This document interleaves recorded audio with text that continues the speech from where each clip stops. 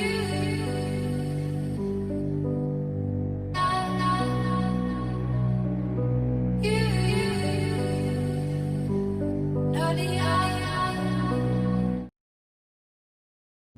back to the channel, guys. Today I'm happy to present you with the PowerColor AMD Radeon RX 6800 XT. This is the latest offering from AMD. This is the RDNA 2 architecture high-end graphics card. I was able to get this from eBuyer with a little bit of perseverance, looking literally every hour, every day. I was able to grab one. Looking at the box now, it does highlight some of the features of the card: 7nm process, GDDR6, Fidelity FX, PCI Express 4.0, and a FreeSync support. It also does tell you that it has HDMI 2.1 with variable refresh rate and DisplayPort 1.4 with DCS. It does recommend a 750 watt power supply and Windows 10 64-bit only, from what I can see. So as long as you've got those minimum requirements, shouldn't really have any reasons why you can't run this card. Of course, try to pair it with a suitable CPU, as it is quite the beast. Looking inside the sleeving now, you get presented with this just standard brown unmarked boxes, of course, just to make sure it's safe in transit, and nothing really special here. Underneath that, you get this foam, which obviously protects the card and make sure that you don't incur any damage before it gets to its intended destination. Again, it's very, very minimalistic from PowerColor. Literally all you get is the quick support guide, which no one really uses unless you don't know how to install a graphics card. But apart from that, there isn't any kind of accessories or anything.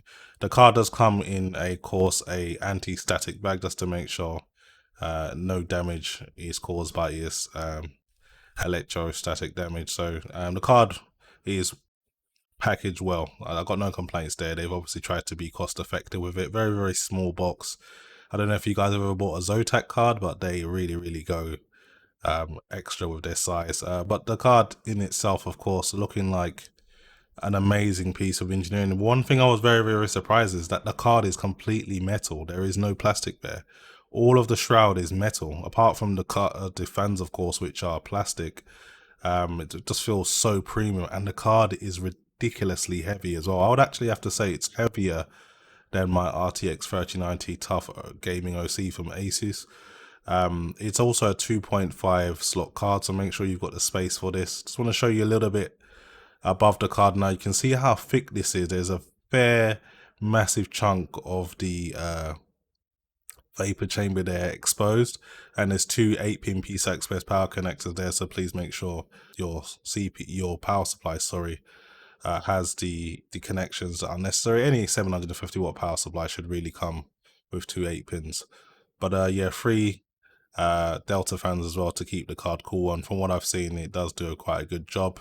Backplate now, not really anything to show off. It's quite plain. There's no cutouts or anything for extra heat dissipation. I believe you know, the way AMD wanted the airflow to go, literally just exhausting all the heat out the top of the card. From what I can see, there's no airflow gaps at the back, and there are some at the bottom as well, so I guess the card pulls in air from the bottom and pushes it out the top. That's from what I can see anyway.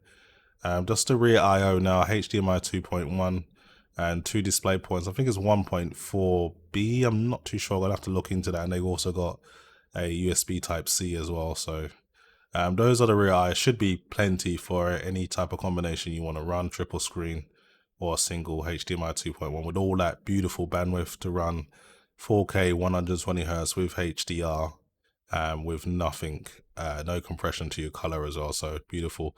This is the bottom of the card now. You can see how thick it is. They've done a good job like hiding away the cables. I've been buying AMD cards for a while now, and sometimes the aesthetics hasn't been great. This is by far the best looking reference cooler I've ever seen from AMD, and I really hope we never see the blower design again for a reference card. And it's a good looking premium quality piece of hardware here, and this card's definitely worth the money, and is ready for all resolutions as well, with 4,608 cores, 288 TMUs, and 128 ROTs, with 16 gigabytes of GDDR6 at 16 gigabits per second.